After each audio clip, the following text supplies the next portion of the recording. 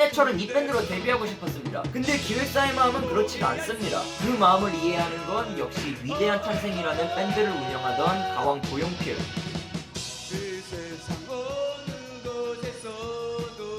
한 시대를 풍미한 옛날 뮤지션을 알아보는 시간, 복구맨입니다. 오늘은 처음으로 국내 아티스트를 다룰 거예요. 마왕이라고도 불린 고 신해철님. 밴드로 출발해서 솔로로, 그리고 다시 밴드로 귀환한 한국에서는 거의 유일한 인물이라고 볼 수가 있죠. 쉬지 않고 음악만 만든 분이지만 단순히 워커홀릭이라고 설명할 순 없습니다. 신해철이 죽었을 때 수많은 후배들이 그리고 대중들이 울었던 이유는 뭐였을까요? 사실 제 세대는 신해철을 음악 외적인 요소로 많이 알았거든요. 프로 일침러라던가 아니면 논란 메이커라던가. 그래서 이 영상은 제가 제 또래 세대에게 바치는 신해철 소개 영상이기도 합니다. 신해철을 알아보도록 하겠습니다. 신해철은 메탈키드였죠. 한국 메탈이 막 고개를 들던 1986년 신화위랑 부활, 백두산이 모두 데뷔를 했잖아요. 신해철은 그 중에 부활의 팬이었어요. 부활 데뷔 전부터 공연을 쫓아다니면서 음악가의 꿈을 키웠는데 이게 부활의 1집 앨범 뒷면을 보시면은 경복고교 3학년 이호석이라는 분이 쓴 글이 있거든요. 일본이 자랑하는 라우드니스를 깨뜨릴 유일무이한 그룹. 이 이호석이라는 분이 바로 신해철과 매일같이 부활을 쫓아다니던 학교 친구였어요. 대학생으로 속이고 DJ를 하기도 했던 신해철인데 꿈은 그렇게 사실 순탄하지가 않습니다. 주변인들이 하나같이 신해철을 만류하길 너는 재능이 없다. 네가 기타를 잘 치냐 노래를 잘하냐 뭐 이런 말들이었다고 하죠. 그때까지 성당을 다니던 신해철은 이것 때문에 기도를 드렸다고 해요. 제가 음악만 할 수 있다면 평생 제 집을 비롯한 사유재산을 축적하지 않겠습니다. 이런 내용이었어요. 하지만 맘만 먹는다고 데뷔가 됩니까? 똑똑한 신해철은 음악가의 꿈은 이루지 못하지만 일단 서강대 철학과에 입학을 해요. 그리고 학교 동창, 소개 등 각종 인연으로 얽힌 4명을 모아서 5인조 밴드 무한궤도를 결성하죠. 근데 모으고 보니까 이게 완전히 엘리트 집단이에요. 주변에 똑똑한 사람들밖에 없으니까 멤버들을 모아도 다 서울대, 연세대 아니면 서강대 재학생이었던 거죠. 신해철은 이 밴드로 데뷔하고 싶었습니다. 그런데 이 무한궤도가 애물단지예요. 문제는 멤버들이 너무 똑똑하다는 거. 언더밴드들이 무한궤도를 부르주아 학생 밴드 취급하며 견제를 했다고 하죠. 그렇다고 바로 오버로 넘어갈 수는 없는 노를 다닙니까? 신해철은 선택의 기로에 놓여요. 그러면은 곰곰이 생각을 해봅시다. 어정쩡한 위치의 밴드가 위기를 타개할 수 있는 단 하나의 방법, 바로 가요제였어요. 당시의 대학가요제는 강변가요제와 함께 대표적인 신인의 등용문이었죠. 샌드페블즈의 나 어떻게가 여기서 나온 거고 배철수와 노사연도 여기를 통해서 이름을 알린 바 있었습니다. 생각해보니까 멤버들이 다 대학생이고 출전 조건이 되는 거예요. 이 활동을 방해하던 학력이라는 요소가 가요제에서는 전화위복이 된 셈인데 신해철은 이 가요제에 그래서 사활을 걸기로 작정을 하죠. 이전에 강변가요제에서 발라드를 들고 나왔다가 떨어진 적이 있었거든요. 그래서 평범한 발라드로는 안 된다. 무조건 강력한 곡으로 가야 한다면서 전략을 몇 가지 세웁니다. 시작부터 조져놓기, 그리고 대중적인 리듬이지만 곡 구성은 복잡하게 하기. 그러니까 듣자마자 와 얘네 미쳤다 이 소리가 절로 나오게 해야 된다는 거예요. 부모님 몰래 이불 속에서 스펀지 기타와 멜로디언을 불면서 입상용 곡을 작곡합니다. 1, 2, 3차 예선을 짬에서 나오는 바이브로 가뿐히 통과하고 결선 직전 서강대 강의실의 한 구석엔 누가 남긴지 모를 낙서가 남게 되죠. 대학가요제 대상 받으러 간다. 신해철의 목표는 최소 금상이었어요. 칼을 뽑았으면 무 이상을 배워야 한다. 본인의 데뷔가 걸린 간절한 한판이었습니다. 강력함을 위해서 신해철이 결선 당일에 키보드만 4대를 때려박게 되거든요. 참가 번호 16팀 중 16번. 자기들을 빼면은 거의 다 발라드인데 이때쯤 되면은 다들 집중력이 깨질 때예요. 실제로 이 해 입상곡들을 다 들어보시면 사실 거의 다가 80년대 감성에 걸맞는 한국형 발라드입니다.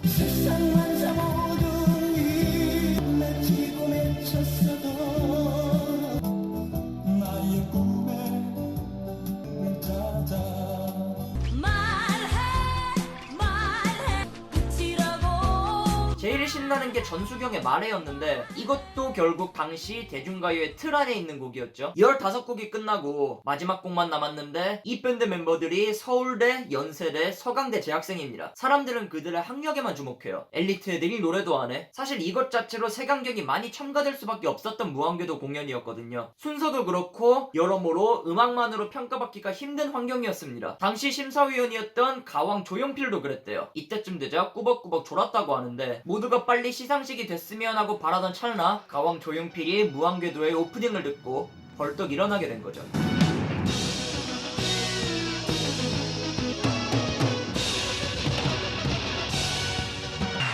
내 삶이 끝나 사랑할 때까지 그댈 사랑해.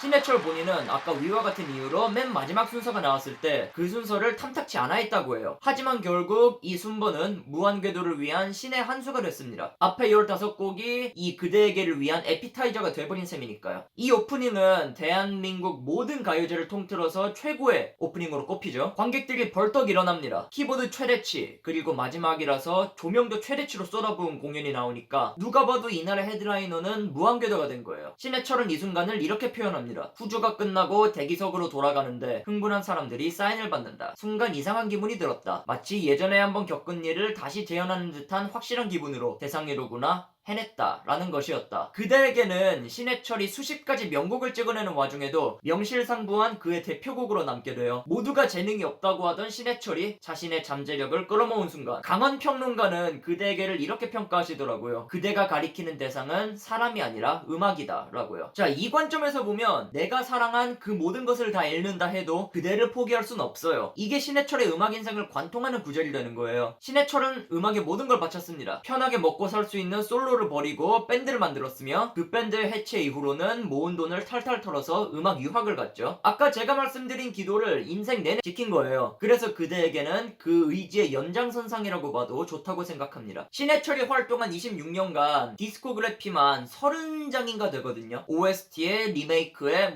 프로젝트 그룹에 진짜 거의 모든 걸 다 한 분이에요. 제가 이 모든 걸 다루면 1시간 분량이 훌쩍 넘어갈 테니까 중요한 부분만 차근차근 짚어보도록 할게요. 대학가요제 대상을 통해서 신해철이 데뷔할 판이 짜여집니다. 아까 말씀드렸듯 신해철은 메탈키드, 그러나 기획사들이 원한 건 솔로 내지 아이돌 신해철의 모습이었죠. 사실 이거는 신해철이 대학가요제를 이용했으니까 어쩔 수 없는 수순이기도 했어요. 80년대 한국에서 밴드가 얼마나 박해받아왔는지는 잘 아실 거예요. 기획사가 절대 갑인 가요계의 특성상 밴드의 선호도는 현저히 떨어질 수밖에 없었죠. 막말로 어차피 노래에 들어가는 목소리는 하나뿐인데 왜 괜히 머릿수만 늘리느냐 이거예요. 그래서 이때 인기를 끌던 한국 밴드 대부분이 결국 보컬의 솔로 전향이라는 결말을 맞이하기도 했는데 사실 신해철의 경우에는 밴드를 고집할 이유가 전혀 없었습니다. 이미 데뷔할 기반이 다 쌓였는데 뭐하러 수익을 나눠먹는 밴드를 하냐. 기획사들이 이렇게 생각하는 게 전혀 이상하지가 않잖아요. 하지만 신해철의 고집은 놀라울 정도. 무조건 밴드를 하겠다니까 그 많던 기획사들의 제안이 하나둘씩 사라져요. 신해철이 가진 그 로망이 있었어요. 모든 걸 홀로 작업하는 솔로보다 동고동락하며 서로의 사운드를 조합하는 밴드에 훨씬 더 큰 열망을 느꼈단 말이죠. 근데 기획사의 마음은 그렇지가 않습니다. 심지어 같은 무한궤도 멤버들도 밴드를 청춘의 추억 정도로 여겼다니까 여기저기 장애물 뿐이었던 거예요. 그 마음을 이해하는 건 역시 위대한 탄생이라는 밴드를 운영하던 가왕 조용필. 신해철이 어려움을 겪자 그 고충을 듣고서는 신해철의 뜻에 맞는 매니저를 한 명 소개시켜줍니다. 그리고 그 매니저는 무한궤도라는 이름으로 결국 신해철과 계약을 하게 되죠. 해체하면은 나머지 계약 기간은 모두 신해철이 솔로로 채운다는 조건이었어요. 사람들은 왜 신해철의 죽음을 슬퍼했을까? 사람들은 그를 추모하면서 그의 음악은 내 삶의 일부였다는 말을 많이 하곤 해요. 단순한 음악적 변신 하나만으로 신해철을 논할 수는 없다고 생각합니다. 89년에 나온 무한궤도 1집은 여러모로 갓 출발한 느낌이 많이 나는 앨범이거든요. 신해철 본인도 이 앨범이 실제로 모든 면에서 미완이었다고 했으니까. 하지만 제가 아직도 무한궤도 노래를 듣는 데에는 다른 이유가 있는 게 아니에요. 신해철의 가사는 항상 제게 생각할 여지를 남겨준단 말이죠. 삶에 대해서 그리고 세상에 대해서. 제가 신해철의 노래 중 가장 좋아하는 게 바로 여기에 수록곡 우리 앞에 생이 끝나갈 때입니다. 신해철은 자신의 철학을 노래라는 수단으로 녹여낸 철학가라고도 볼 수가 있어요. 저는 힘들 때마다 이 노래를 듣거든요. 그리고 생각해요. 나는 미래에 내가 보낸 시간을 후회하지 않을 수 있을까? 세월이 흘러가고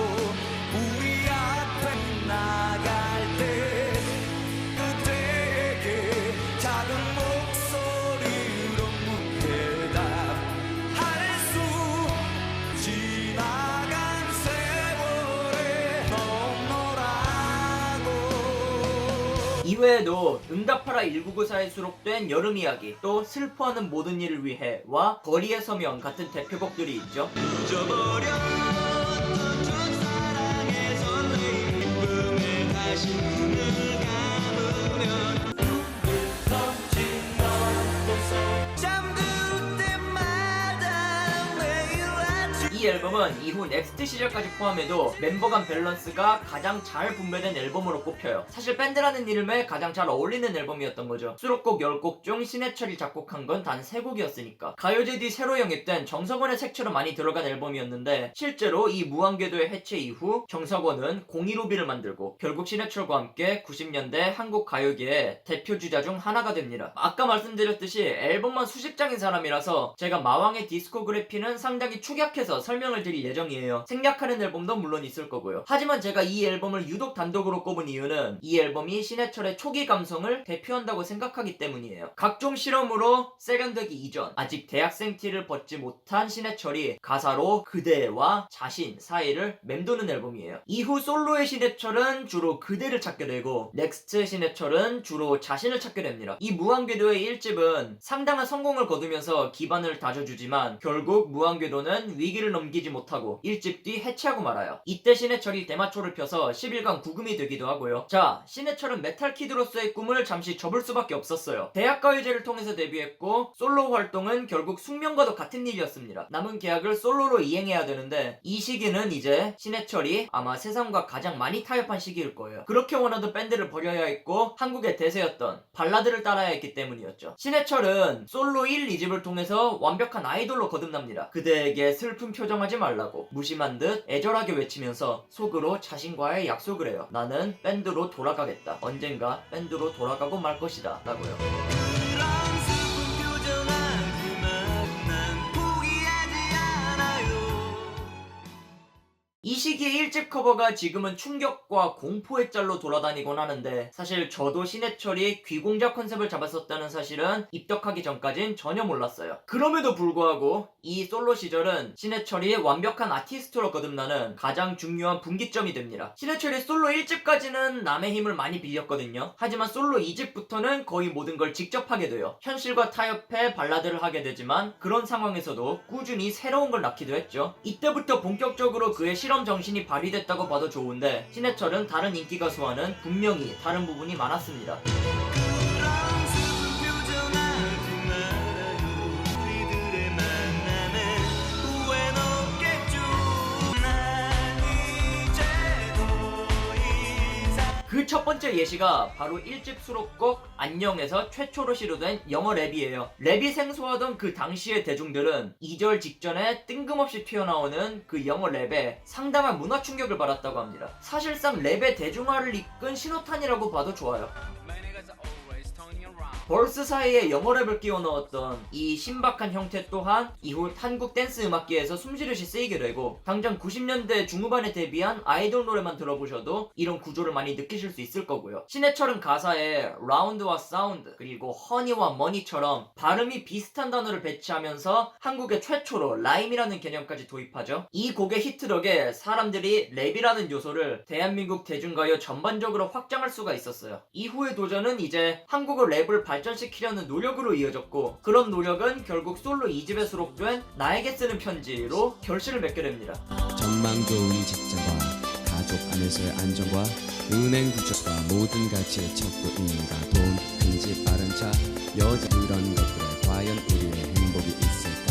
곧이어 015B가 너에게 들려주고 싶은 이야기로 또 한 번 성공적으로 한국어 랩을 이식했고 그 뒤로는 다들 아시듯 서태지와 아이들, 그 듀스가 판을 일으켰죠. 한국 랩의 역사에서 신해철이 빠져서는 안 되는 이유예요. 두 번째 예시는 바로 신해철이 솔로 2집에서 보여준 미디 혁명. 신해철은 대한민국 컴퓨터 음악에 있어서도 역사에 남은 인물이거든요. 왜냐하면 이 앨범이 대한민국 최초로 미디를 전면적으로 도입한 앨범이기 때문이에요. 신해철은 이 앨범을 통해서 표현의 한계를 비약적으로 확장했다고 했는데 당장 1번 트랙 The Greatest Beginning부터 여태 들려준 적 없던 기계로 다듬은 목소리가 어떤 느낌인지 대중들에게 보여주게 됩니다. 전자음악의 시초였죠.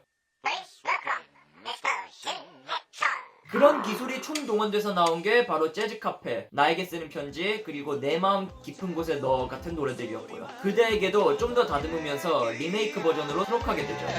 흔들리는 사람들 제스카시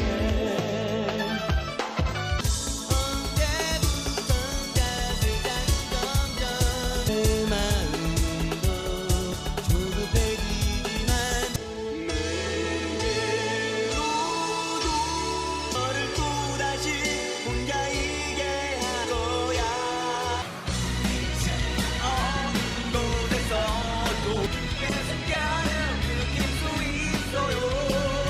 지금 들으면 별 감흥이 없는 앨범일 수 있는데 이게 동시대에 히트하던 곡들이랑 이 신해철의 앨범을 같이 듣고 비교를 해보시면은 이게 얼마나 세련된 앨범인지 알 수가 있어요. 유독 보컬이 강조된 한국 옛날 특유의 그 레코딩 방식이 이게 1991년 작품이란 걸 말해줄 뿐이죠. 이거는 뭐 실제로 당장 작년에 선정된 한국 대중음악 100대 명반 순위에서도 57위를 차지했습니다. 이쯤 되면 대충 유추하신 분도 계시겠지만 신해철은 결론적으로 서양의 음악을 국내에 가장 적극적으로 도입한 사람 중 한 명이에요. 본인도 그런 얘기를 했었죠. 뭐 발달된 기술 혹은 장르를 데려와서 국내의 정서와 규합하는 것, 그리고 그대에게와 안녕에서도 보셨듯이 당시 국내에서는 볼 수 없었던 신박한 곡 구조를 선보이기도 했습니다. 그래서 저는 그렇게 생각해요. 신해철이 천재적인 보컬은 아니었더라도 음악의 이해도에 있어선 국내 한 손가락 안에 꼽히는 천재성을 가졌다고요. 거기에 배운 걸 무조건 익히려는 노력, 그리고 철학적 가사까지 겹쳐져서 지금의 마왕이 탄생한 거죠. 이 시절의 신해철이 TV에 나오면서 PD들 갑질에 굉장히 한이 많이 서렸다고 해요. 아티스트 대우는 아니더라도 기본 사람 대우는 받겠거니 했는데 PD들은 가수들한테 내리갈굼은 물론이고 쌍욕에 폭력까지 썼습니다. 왜냐하면 그때 한국 가수들의 흥행 경로가 극히 한정적이었기 때문에 TV에 나와서 인지도를 키우고 밤무대 나가서 먹고 사는 게 거의 전부였죠. 신해철은 음악가로서의 위상을 지키기 위해 밤무대로 나가지 않던 사람이었어요. 그런 분이 이런 갑질에 가만히 버틸 수가 있었겠습니까? 그 반항아 기질은 이때부터 나오기 시작했어요. 신해철이 복수를 꿈꾼 거죠. 신해철의 위상이 어마어마하게 커지고 가만히 있으면 안정적인 가수 생활이 보장되는 상황인데 거기에 신해철은 엘리트 출신이라는 차별성까지 갖춰서 이미 팬층도 확고했거든요. 하지만 그때 그 모든 기반이 뒤집힐 수도 있는 선택을 하게 됩니다. 자신과의 약속을 지킨다면서 솔로를 버린 거예요. 밴드의 무덤인 한국 땅에서 굳이 가시밭길을 택해서 넥스트라는 팀을 만듭니다. 신해철은 솔로로 모인 재산을 모두 음악에 투자하면서 더 나은 앨범을 갈구해요. 온갖 최신 기기로 녹음실을 도배해놓고, 사실 넥스트가 그 열정의 최종 단계였던 거죠. 처음에는 넥스트 1기의 멤버들도 그 진실성에 의심이 많았다고 해요. 이때 영입한 멤버가 기타의 정기송, 드럼의 이동규인데 정기송님의 인터뷰를 보면 그 당시에 의심이 어땠는지가 고스란히 드러납니다. 처음 제안을 받았을 때 당연히 구색 맞추기 백밴드겠거니 싶어서 거절을 했는데 신해철이 자신의 집까지 찾아왔다고 하죠. 그리고 정기송의 어머님을 구슬려서 결국 넥스트로 자신을 영입. 그 출중한 언변으로 사람을 자기 편으로 만든 거예요. 워낙 언변이 출중한 분이라 DJ로도 많은 사람들을 끌어모았잖아요. 신해철이 본격적으로 마왕으로 거듭나는 계기가 후에 생기게 되는데 이전에 넥스트의 1집 이야기를 먼저 하도록 합시다. 신해철이 당장 정통 락을 시작한 건 아니었어요. 본인의 말 맞다나 이때는 이미 신화위나 H2O 같은 정통 락밴드가 한국에 충분했기 때문에 굳이 같은 길을 걷고 싶진 않았다고 하죠. 그렇다면 이때 외국의 다른 그룹들은 락 말고 무슨 음악을 했느냐? 한 명은 노래를 하고 한 명은 기계를 다루면서 소리를 만드는 경우가 많았습니다. 대표적으로는 뉴오더가 그랬고 뭐 80년대에 신디사이저가 엄청난 유행을 했던 거는 다들 아실 거고요. 그래서 신해철은 그런 포맷을 한국에 가져와 보기로 해요. 말 그대로 시퀀서를 베이스가 없던 밴드의 네 번째 멤버로 채용한 거죠. 그런 측면에서 넥스트 1집은 솔로 2집의 연장선상이라고도 볼 수가 있어요. 컴퓨터로 소리를 조합하려는 신해철의 노력이 분명히 드러납니다. 이 앨범의 대표곡은 단연 도시인, 각박한 도시에서의 삶을 그려낸 곡인데 딱딱한 느낌을 주는 하우스 비트가 너무 잘 어우러졌다고 생각해요.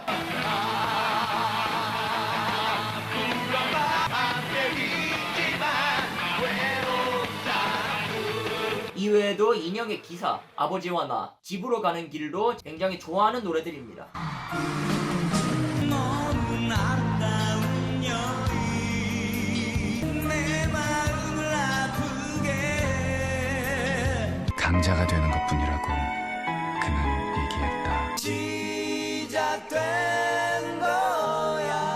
홈이라는 앨범명에서 알 수 있듯이 집과 가족을 다룬 가사가 많은데 이렇게 컨셉이 확실한 가사는 이후에도 쭉 넥스트의 특징이 되거든요. 2집은 자아와 존재를 다뤄서 그 이름이 The Being, 3집은 세계를 다뤄서 앨범 이름이 컨셉 앨범이라는 개념을 넘어서 복수의 앨범으로 자신의 철학을 완성한 셈입니다. 이건 굉장히 대단한 시도라고 생각해요. 신해철은 이런 앨범을 만들고도 TV에 나가지 않겠다고 선언했어요. 모든 선택이 한국의 상식선에서는 약간 벗어난 사람이었던 거죠. 팬들이 괜히 마왕을 좋아한 게 아니잖아요. 2번 당하지 않았고 자신이 한 번 세운 기치는 꼭 지키려고 노력을 했었죠. 결국 신해철은 결과로 그거를 증명을 했어요. 홈 앨범은 TV 출연 한 번 없이 초대박을 터뜨립니다. 이때부터 한국에서 여러 실험 음악들이 성공을 거두면서 그 대중가요의 패러다임이 바뀌게 되는데, 그래서 방송사에서는 안달이 났다고 해요. 계속 도시인을 2위로 올려놓고 네가 출연만 하면은 순위 1등이라고 계속 꼬셨다고 하죠. 신해철은 코웃음을 칩니다. 그리고 선물을 들고 집 앞까지 찾아오는 PD들한테도 가볍게 비웃음을 날려요. 혁명적인 부분, 그리고 이렇게 타협 없는 부분에서 당시에 서태지와 여러모로 비슷한 점이 많았던 분이에요. 이 이후에도 많은 공통점을 발견하실 수가 있을 겁니다. 둘 다 그 누구보다도 한국에서 뮤지션의 권위를 세우려고 노력하신 분들이었죠. 철학가 신해철의 신념은 한번 세워지면 그 누구보다 확고했어요. 그리고 그런 신해철을 완전히 바꿔놓는 사건이 이 홈 앨범 이후에 터지게 됩니다. 방위로 군대를 간 신해철이 한 번 더 대마초를 피게 되거든요. 대마초 파동에 휘말렸던 수많은 락 선배들처럼 불명예 제대 뒤 10개월간의 감옥 생활을 하게 돼요. 아이돌로 쌓은 이미지가 무너지고 이제는 TV에 나오고 싶어도 나오지 못하는 몸이 됩니다. 모두가 신해철이 끝났다고 했어요. 신해철도 실제로 그렇게 생각을 했다고 하고요. 하지만 신해철은 감옥에서 또 다른 세상을 보게 되죠. 자기가 여태 만날 수 없던 다른 세계의 사람들, 출발부터 한없이 분리해서 그 가난의 굴레에서 벗어날 수 없는 사람들을 감옥에서 만나면서 여러모로 충격을 받았다고 해요. 우리 사회에는 외면받는 사람들이 많구나. 그래서 자신의 남은 세월 그들의 대변인이 되겠다고 결심을 하죠. 소수를 위해 싸우는 철학가가 된 겁니다. 그래서 그 10개월간 신해철은 완전히 다른 사람이 돼요. 그리고 감옥에서 나온 뒤 넥스트 2집 작업을 시작하는데, 이게 바로 본격적인 마왕의 시작, 그리고 세상 전체를 향해 엿을 날리는 싸움닭의 시작이었죠. 모두가 끝났다고 생각한 신해철은 여기서부터 자신의 전성기를 갈아치우게 됩니다. 그리고 소수들의 영웅이 돼요.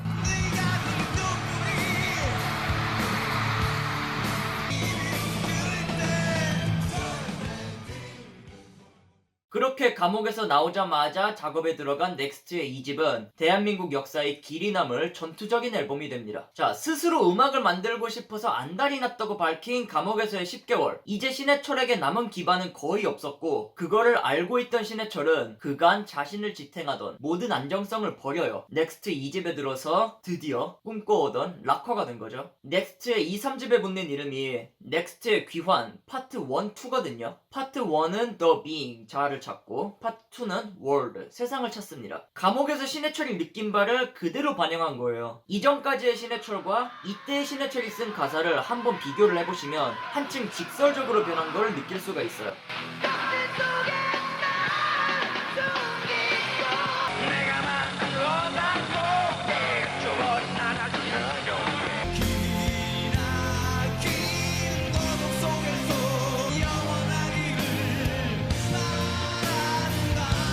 세상의 존재에 물음을 던지고 나로 하여금 절망의 껍질을 깨기를 독려합니다. 그의 노래 끄트머리에 나레이션이 자주 나오는데, 그런 나레이션만 모아도 이런 메시지를 느끼실 수가 있을 거예요. 개인적으로는 같은 사회 비판 곡을 쓴 서태지와는 약간 다른 느낌이 들었거든요. 그러니까 서태지가 사회에 주목했다고 하면은 신해철은 그 현실을 감내하는 자신의 주목을 했어요. 제 개인적으로는 서태지의 노래에서 통쾌함을 느꼈다면 신해철의 노래에서는 성찰을 하게 되더라고요. 이런 기조는 이후 신해철의 삶에서도 쭉 보여지죠. 굳이 굳어진 상식에 반기를 들면서 이게 왜 옳지 않은가를 적극적으로 어필하며 본인부터 행동으로 보여주는 사람. 이런 언행은 안티를 끌어모으고 결국 아이돌 시절의 팬들을 많이 떠나게 만들었지만, 그 반대로 그에게 공감하는 수많은 소수가 모여서 독자적인 팬층을 형성하게 만들었어요. 이를 드러내놓고 보여준 예가 바로 3집에 수록된 힘겨워하는 연인들을 위하여 입니다. 동성동본 때문에 결혼을 못하는 연인들을 위한 노래라고 대놓고 밝혔거든요. 공연할 때는 나는 신은경이랑 결혼 못하는 거냐고 외치기도 했었고요. 가령 여기 있는 안경쓴 여학생하고 김세왕하고 결혼을 했다라고 칠 때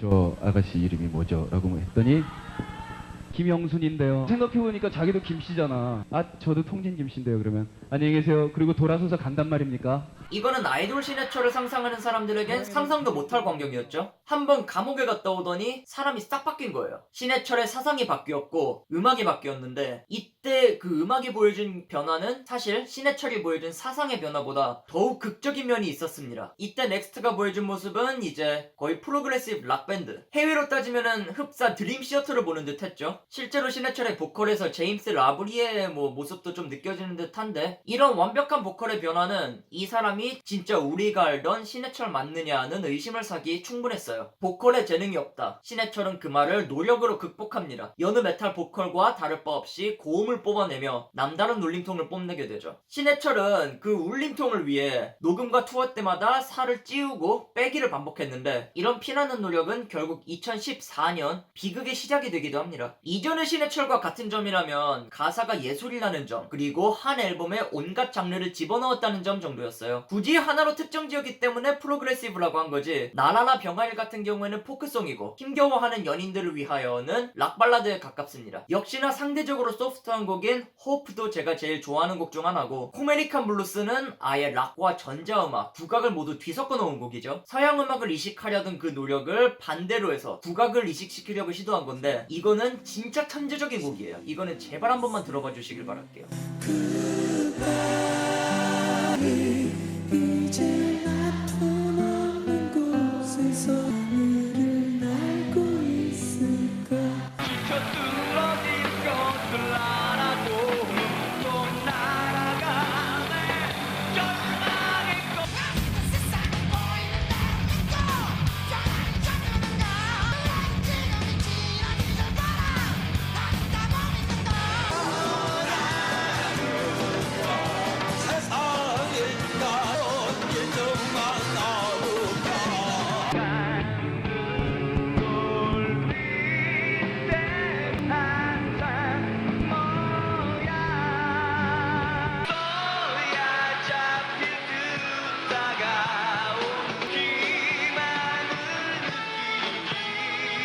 넥스트는 결국 또 한 번 세간의 의심을 완전히 뒤집게 되죠. 2집은 발매 일주일 만에 30만 장이 팔리고 이미 솔로 2집이 오른 바 있던 한국 대중음악 100대 명반에서 9위를 차지했습니다. 3집은 사운드적인 부분에서 2집의 완성형에 가까운 앨범이었고요. 기타 트랙이 너무 많아서 보컬이 들어갈 공간이 부족할 정도였다니까 규모가 어느 정도인지 대충 짐작이 가는 거예요. 한국에서는 상상도 못할 수준이었죠. 이런 시도를 인정받아서 넥스트의 2, 3집은 한국적 락의 표준을 제시했다는 평가를 받기도 했습니다. 계속 바뀌던 멤버들도 결국 3집부터는 4인 체제로 안정이 되죠. 신해철은 이때를 되짚으면서 한 번 죽은 나를 팬들이 되살렸다고 했어요. 뮤지션의 삶이 이렇게 살아날 수 있을지는 자기도 몰랐다면서요. 그리고 사고 치고받은 방송 금지는 오히려 넥스트의 공연을 더욱 활성화시키는 결과를 낳습니다. 전화위복으로 밴드의 본질에 더욱 충실할 수 있게 된 거예요. 이때 나온 라이브 앨범의 판매량도 어마어마. 이때부터 넥스트 하면 떠올리는 검은 자켓도 컨셉으로 굳어지게 되죠. 여러모로 한국에 없던 컨셉이라는 걸 차용한 분이었습니다. 그렇게 마왕이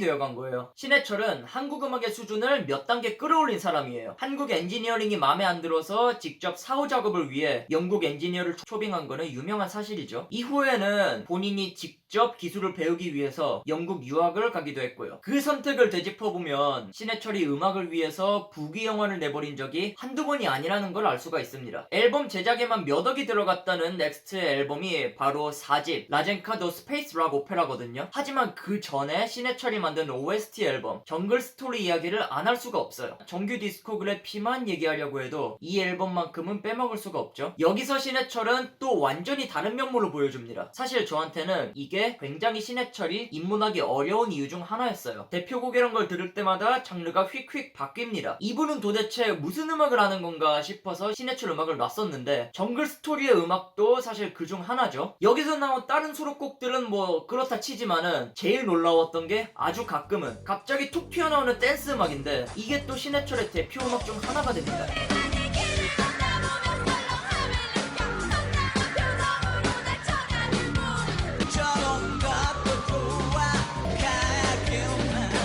저는 이걸 듣고 이분은 도대체 무슨 음악을 하시는 분인가 이런 생각을 했었고요. 그리고 제일 놀라웠던 건 그 모든 곡들이 다 좋았죠. 또 하나의 새로운 시도, 우리나라 최초로 싱글 Here I Stand For You를 발매하기도 해요. 신해철이 최초로 싱글 목적으로 제작한 노래로 싱글 앨범을 내게 된 거죠. 하지만 기다림에 늘 부딪혀 쓰러지지 않게 어서 나타나줘. 그 본인 본인의 말로는 후배들은 싱글 발매가 훨씬 부담이 덜 되기 때문에 싱글 시장을 한번 만들어보고자 싱글 발매를 택했다고 해요. 결과적으로 우리나라에서 싱글이란 개념이 제대로 생겨나기까지는 상당히 오랜 시간이 걸립니다. 언제나 뒤처지던 한국 음악에 꾸준한 새바람을 불러일으킨 분이었죠. 자, 신해철은 독보적인 뮤지션이 되었습니다. 넥스트도 쭉 안정된 멤버 구성을 유지하고 있었고 이제 이 흐름을 지키기만 하면 됐어요. 하지만 신해철은 그럴 때마다 남들과 다른 선택을 하는 분이었고 이번에도 그런 다른 선택을 하게 되죠. 넥스트를 해체해요. 더 이상 올라갈 곳이 없다. 4집이 넥스트의 마지막이 될 거라고 공언하게 되죠. 그리고 넥스트의 마지막이 되는 4집이 나오는데 이거는 거의 한국 대중음악사에서 손에 꼽을 수 있는 대작입니다. 더 이상 올라갈 곳이 없다. 이 말인 즉슨 이 앨범이 이제 자신들의 최고의 작품이 될 거라는 말이었어요. 넥스트의 특징인 사운드를 향한 광적인 집착에 오케스트라, 합창이 더해져서 3억이라는 제작비가 들어갑니다. 그리고 이 노래가 쓰인 건 바로 SF 애니메이션 영혼 기병 라젠카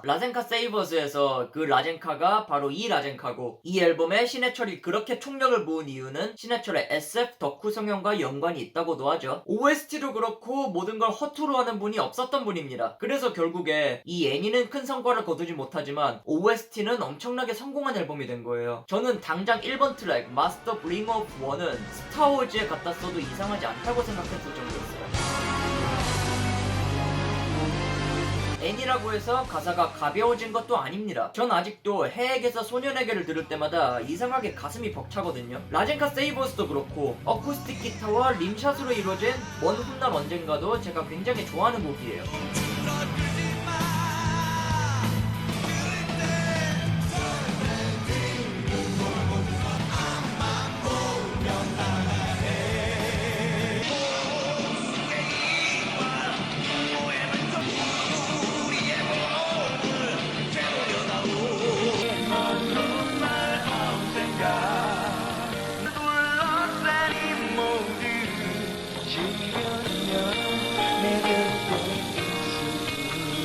넥스트는 이렇게 최고점을 찍습니다. 모두가 끝났다고 했을 때 아무도 이해할 수 없던 메탈이라는 선택으로 최전성기를 갈아치운 사나이, 한국 대중음악의 수준을 한 단계 끌어올리고 사운드의 신기원을 보여준 사람. 바꿔 말하면 무한궤도와 솔로 시즌로 축적된 명성을 넥스트를 위해 쏟아 부은 거죠. 한국 락도 이렇게 할 수 있다는 걸 보여준 건데 사실 신해철이 처음부터 락을 했다면 돈도 그렇고 지원도 그렇고 넥스트 수준의 음악이 나오지 못했을 거라는 생각이 들어서 한편으로는 신해철이 자신의 뜻과 어긋나는 솔로 활동을 한 게 다행이라는 생각도 조금 듭니다. 자, 넥스트가 해체를 하죠. 그리고 신해철이 호연이 떠난 곳은 영국. 선진음악을 조금 더 공부해야겠다면서 다시 한번 기반을 내던지고 떠나게 돼요. 그리고 또 완전히 다른 사람이 됩니다. 이번에는 테크노였어요. 많은 사람들의 이름하고 목소리가 지금 떠오릅니다. 우리 꿈 많은 백수백조들, 제가 얼마나 백수들을 사랑하는지. 신해철이 아니라 여러분들이 많은 사람들에게 화제거리가 됐었고요. 여러분들이 바로 나의 프라이드고 자랑이고 그랬어요. 신해철은 테크노에 꾸준한 열정을 보여왔어요. 테크노가 미래를 선도할 음악이라면서 꾸준히 그 색채를 앨범에 넣어왔는데 그런 시도 중에 하나가 바로 넥스트 활동 중 냈던 프로젝트 그룹 노댄스였죠.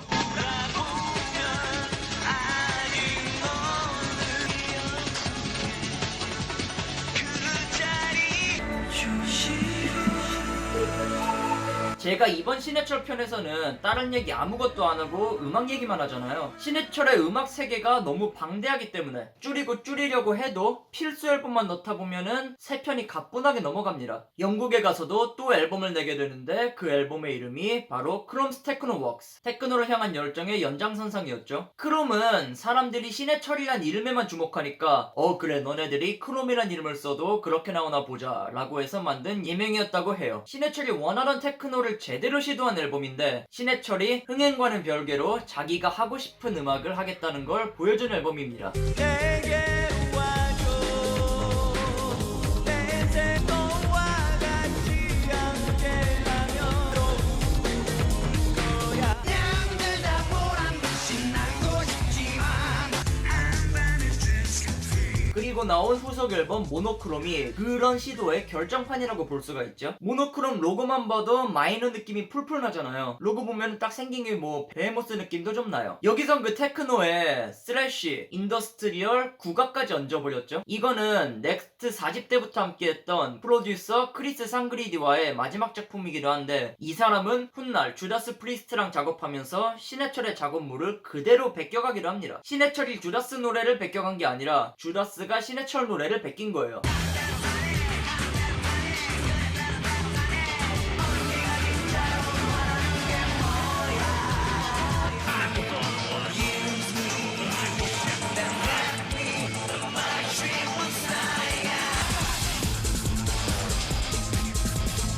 모노크롬에서 제가 제일 좋아하는 구간은 네가 진짜로 원하는 게 뭐야, 머신 메시아, 그리고 텍스트북 스위사이드로 이어지는 넘버거든요. 네가 진짜로 원하는 게 뭐야는 훗날 크래쉬가 제대로 메탈로 만들어서 더 유명해지기도 해요. 이 앨범은 솔직히 좀 난해합니다. 사실상 흥행은 달관한 앨범이었죠. 들을수록 새로운 면모가 보이는데 뭐 사람들이 굳이 두세 번씩 들어주지는 않으니까 조금 아쉬운 걸작이기도 해요. 신해철은 이 앨범을 마지막으로 테크노와 작별합니다. 그리고 기술로 만드는 음악은 이제 할 만큼 했다고 느끼죠. 그래서 그 다음에 신해철이 한 게 뭐였죠? 바로 비트겐슈타인이었어요. 신해철을 21세기부터 접한 제 또래 세대에서 신해철 입덕이 어려운 가장 큰 이유가 바로 이거라고 생각해요. 음악도 음악인데 활동명조차 수시로 바뀌니까 데뷔 때부터 2014년까지의 행보를 한번 요약해봅시다. 무한궤도, 신해철, 넥스트, 크롬, 모노크롬, 비트겐슈타인, 다시 넥스트, 넥스트 유나이티드. 이거를 크게 5개의 자아로 나눠볼게요. 무한궤도, 신해철, 넥스트, 크롬, 그리고 비트겐슈타인. 앨범 전집을 다 들어도 민물장어의 꿈 같은 명곡은 또 다른 데 수록이 되어 있잖아요. 그래서 어디부터 파야 될지 사실 감도 잘 안 잡힙니다. 그래서 신해철을 놓는 분들이 굉장히 많은 걸로 아는데, 사실 이거는 반대로 말하면은 한 번 빠지면 너무 팔 게 많아서 헤어나올 수가 없다는 의미이기도 하죠. 신해철은 그 후학 양성이라고 해야 하나, 그 활동하던 내내 후배들을 키우려고 무진장 노력한 분이었어요. 이거는 신해철의 부고 때 수많은 후배들이 발벗고 나서서 그를 추모하고 눈물 흘린 이유 중 하나입니다. 당장 서태지만 해도 신해철로부터 샘플러 사용법을 배우기도 했다죠. 신해철이 후배들을 위해 가장 크게 변화를 주려 한 부분 중 하나가 바로 레코딩 환경의 변화였어요. 이전엔 넥스트 그리고 모노크롬까지 해서 온갖 레코딩 기술의 한계를 체험한 뒤 원초적으로 돌아갑니다. 이제는 저렴하게 녹음할 수 있는 환경을 찾아다닌 건데, 비트겐슈타인이 바로 그런 홈 레코딩의 가능성을 보여준 밴드였어요. 세상은 내가 없이도 다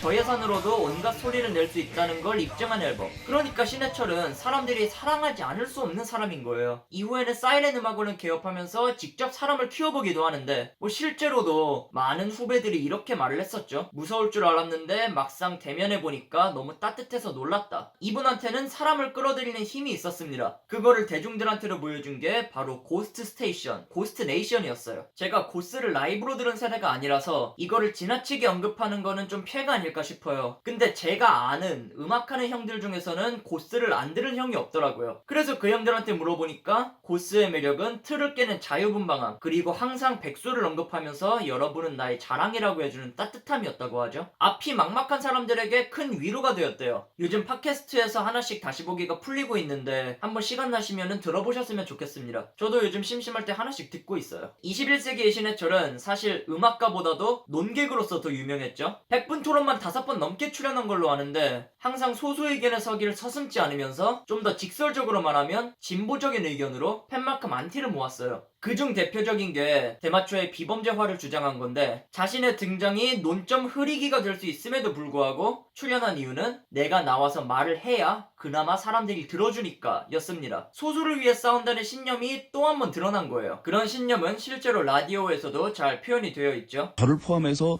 싸가지가 아주 없는 몇 명 빼놓고는 없지 않습니까? 그런 아주 충분한 숫자를 확보하고 계신 상황에서 그 몇 명까지 짓밟으려 하시다니요. 너무 가볍게 말씀하시는 게 아닌가요? 라는 생각이 들면서 노무현 전 대통령의 열렬한 지지자로서 정치적 의견도 자주 드러냈었어요. 그러니까 이게 사실 호불호가 갈릴 수밖에 없어요. 막말로 공인이면 자기 일이나 하지 경거망동하면 안 된다는 게 불호의 요지였는데 신해철은 연예인은 공인도 아니고 나는 민주사회에서 의견을 내는 것뿐이라고 받아치기도 했었죠. 제가 신해철의 모든 의견에 찬성을 표하는 건 아닙니다. 오해를 살 발언도 분명 많았고 납득하지 못할 발언도 분명히 있었어요. 하지만 그런 의견들도 차근차근 들어보면은 이분이 왜 이렇게 말을 했는지 이해가 가더라고요. 이분이 어떤 신념을 갖고 있구나. 그래서 어떤 편에 서서 말하는 거구나. 이게 이해가 가니까 사실 거기에 찬반을 나누는 건 부차적인 문제가 되는 거예요. 그런 반항심의 정점을 찍은 게 바로 넥스트의 재결합 이후 나온 5집 개한민국. 이름부터 파격 그 자체고 가사에서도 여지껏 본 적 없던 과격함을 담았습니다. 신해철의 음악을 통틀어서 가장 직설적으로 엿을 날리는 앨범인데 결국 사람들이 이 정도 수준의 가사까지 받아들일 준비는 안 됐다는 게 흥행으로 드러나죠.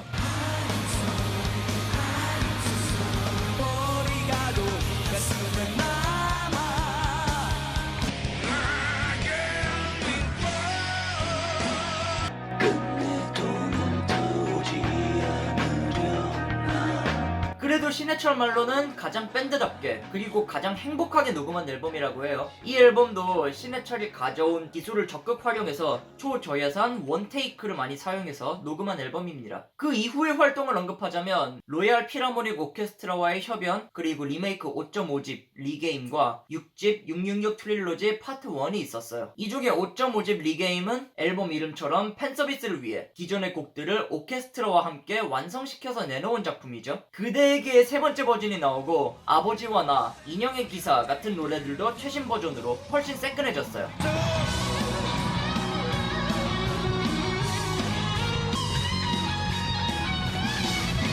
넌 아름다운 여인. 신해철은 자기 노래를 리믹스도 많이 했고 리메이크도 많이 했는데 거기에는 분명 자신의 신념이 큰 영향을 미쳤을 거라 생각합니다. 자기 음악에 대해서 이런 말을 했었죠. 나는 내 과거 작품들을 보면 단점밖에 안 보인다 라고요. 음악가 신해철의 성향을 설명하는 부분이기도 한데 20년 전의 곡 재즈 카페도 결국 신해철이 솔로로 낸 재즈 앨범 The Songs for the One에서 기어이 완성이 되죠. 이거는 신해철의 완전히 다른 면모를 보여준 재즈 앨범이에요. 저는 마왕의 보컬이 의외로 재즈와도 어울린다는 사실에 굉장히 놀랐었습니다.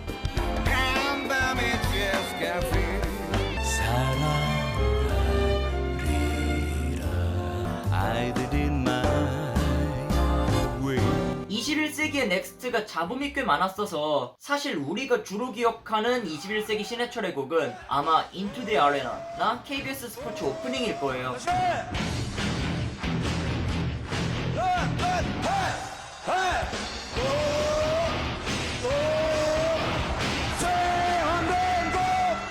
사실 저도 입덕 전까지는 이 두 곡이 제일 익숙했으니까 21세기 넥스트는 뭐 굉장히 여러모로 안 풀린 편이긴 하죠. 이때 부침을 겪은 멤버들이 이후 상당수 닥터코어 911에서 활동하기도 하고 신해철 본인도 노무현 전 대통령의 서거 이후로는 활동이 급격히 뜸해집니다. 이때가 바로 신해철이 처음으로 음악을 실은 때였죠. 추모곡과 OST 활동 말고는 디스코그래피가 없던 때예요. 그렇게 5년을 쉬다가 마침내 2014년 컴백을 선언하고 그간 밀린 곡을 다 내겠다고 하는데 이때 선언한 게 솔로 6집 Live to Myself 그리고 넥스트 유나이티드였어요. 솔로 2집인 Myself였으니까 그걸 리부트 하겠다. 그리고 들고 나온 신곡 아따는 또 1인 아카펠라였죠. 모든 목소리를 혼자 녹음하면서 프로듀싱한 트랙만 1000개가 넘게 들어간 대작. 저 소리를 다 신해철 한 사람이 낸 거예요. 그래서 들으면서 와 이게 가능하구나 했었거든요. 사실 이걸 듣고 이분이 5년간 얼마나 칼을 갈아왔는지가 대충 느껴졌는데 그렇게 기대감이 고조되어가는 와중에 그 사건이 터진 거예요. 거장이 너무나도 허무하게 쓰러집니다. 그리고 의식불명에 빠져요. 이때 제 또래는 사실 음악가 신해철의 혼수 상태보다는 논객 신해철의 혼수 상태로 더 와닿았어요. 유명한 사람 사람이 쓰러졌구나. 그냥 이 정도? 근데 우리의 삼촌, 이모들이 이 소식을 듣고 울기 시작하는 거죠. 내 삶의 일부였던 사람, 혹은 내 삶을 바꾼 사람, 그리고 삼촌 이모에게 하던 말들을 실제로 알고 보니까 우리에게도 하고 있었습니다. 당장 마지막으로 출연했던 속사장 사롱 1화만 봐도 어둠 속의 청춘에게 한마디를 건네거든요. 당신이 못해서 못하는 게 아니라 안 보이니까 못하는 거다. 이 신해철이라는 분이 우리 편에 서왔던 게 이제서야 보이기 시작해요. 그 가사들도 재발굴되기 시작하고 후배들도 울기 시작하면서 제발 일어나라고 애원을 하고 응원해달라고 TV에 나와서 부탁을 하죠. 개인적으로는 그게 좀 생각이 많이 나요. 마왕이 쓰러졌을 때 서태지가 9집 활동을 하고 있었는데 스케치북에서 시대 유감을 부르니까 사람들이 이게 유독 한이 맺힌 것 같은 라이브라고 했어요. 세상이 바뀌기를 바랐고 실제로 절친하기로 했던 두 사람이기에 그 시대 유감에 더욱 힘이 실렸는지도 모르겠어요. 신해철의 흔적이 명확히 보이기 시작하고 모두가 그의 쾌유를 비는데 안타깝게도 10월 27일 유명을 달리합니다. 이때 뭐 프로야구 중계를 SBS에서 했었는데 그날 경기가 끝나고도 그대에게를 틀어주면서 마왕 신해철을 추모한 기억이 나요. 이때 굉장히 좀 가슴이 아팠거든요. 음악적으로나 인격적으로나 단순하게 음악가로는 설명할 수가 없는 분이에요. 마왕의 데뷔를 도운 가왕도 장례식장에서 이례적으로 모습을 드러내고 음악계의 유명한 분들은 거진 다 와서 그를 추모했죠. 그리고 2년 뒤 의료사고 피해구제 개정안이 신해철법이라는 이름으로 통과가 됩니다. 흔히들 마왕이 남긴 마지막 흔적이라고들 해요. 자신이 누구보다 평범하다는 메탈키드, 그러나 누구보다 더한 열정으로 음악사와 우리의 삶에 큰 흔적을 남긴 분입니다. 본인이 평범했다고 하지만 저는 절대 평범했다고 생각하지 않아요. 그런 보컬의 변화, 그리고 그렇게 다양한 변화폭을 보여준 아티스트는 아마 전세계 통틀어도 몇 없을 거니까요. 그런 진심이 결국 아이돌 시절의 팬층보다 훨씬 더 탄탄한 팬층을 만드는데 밑거름이 되지 않았나 하는 생각도 하고요. 4년이 지난 지금도 신해철의 부재에 허전함을 느끼는 분들이 많죠. 마왕 신해철을 알아봤습니다. 소개 부탁하고 싶은 뮤지션 있으시면은 언제든지 말씀해 주시고요. 좋아요와 구독은 정말 감사하게 받겠습니다. 감사합니다.